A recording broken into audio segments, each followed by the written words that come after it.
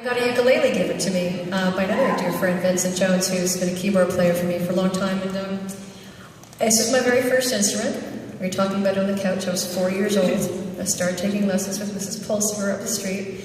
And I loved it. And I realized when I got my hands on it at 40, whatever I was, I had no idea how to play it anymore. So I set about learning the song and kind of fell in love with it. So it also requires some audience participation if you choose to snap your fingers along in time to help keep me fabulous. So,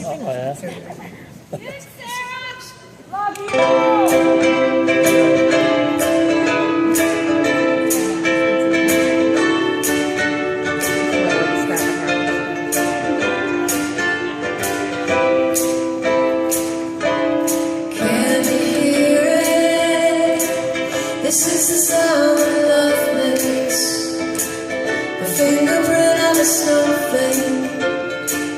It paints a picture of you. Can you feel it? This is the flavor of sunshine, the way your body moves mine. I can taste you in the coolest raindrops.